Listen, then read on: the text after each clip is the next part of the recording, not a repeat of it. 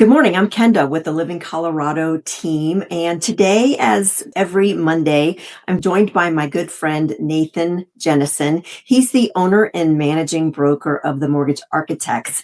And we're so happy to have him. He's the mortgage guru in my world. So, Nathan, I know the jobs report came out on Friday. Can you update us a little bit on what's going on and did that affect the mortgage industry at all?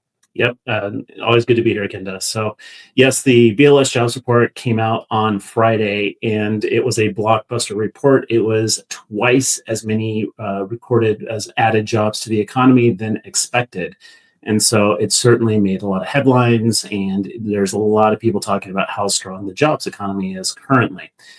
What's fascinating, though, is the makeup of this. And before I even get into that, we need to talk about the BLS to begin with because they tend to create and report way more jobs than actually end up being created. And so there's been negative revisions over the last 2 years that have totaled over 1 million jobs in terms of from what they first said to what they actually come through in terms of what the final reports actually look like. So when we talk about the BLS, we always take that with a grain of salt. We know that it impacts the markets dramatically, but there's always a question about the how accurate the data is.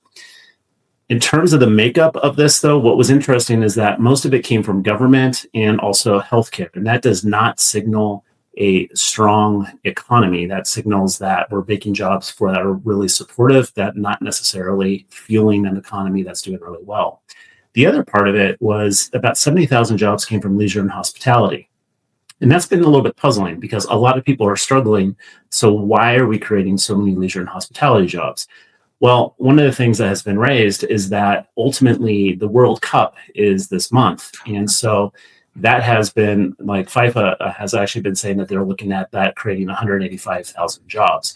So a lot of this job creation may be very temporary and may be related to that. And we may see that actually just evaporate afterwards. So it is impacting mortgage bonds. We have seen rates tick up again. And right now we are basically treading this very risky space in terms of not knowing which direction mortgage rates are going to go.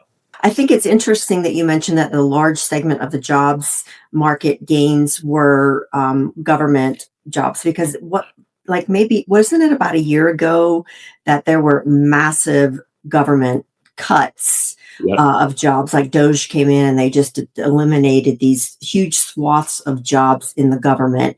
And it seems like now they're kind of putting those jobs back in place. Is that how you interpret that? Well, there's that, but there's also when you're looking at government jobs, you're also looking at counties and states as well. So it's not necessarily all federal government. And so where those additions are happening, I don't have the full breakdown as far as that. It's just it's a large segment. Okay. And where are the rates sitting this week? Do you see any indicators that perhaps they might be going down? That's what everybody wants to know. Yeah, I know everybody wants to go down, us included. Unfortunately, we don't have a clear indication of that. We do have the CPI, which is an inflation report, is coming out on Wednesday, and that is going to be a big driver. We ultimately, just in terms of the technical trading levels of mortgage bonds, it's not looking amazing. We're kind of holding our breath, but we need positive news, which the biggest driver of news would be reaching an agreement with Iran and opening the strait, which we don't yet have. Yeah, well, we'll definitely be watching on Wednesday to see what happens.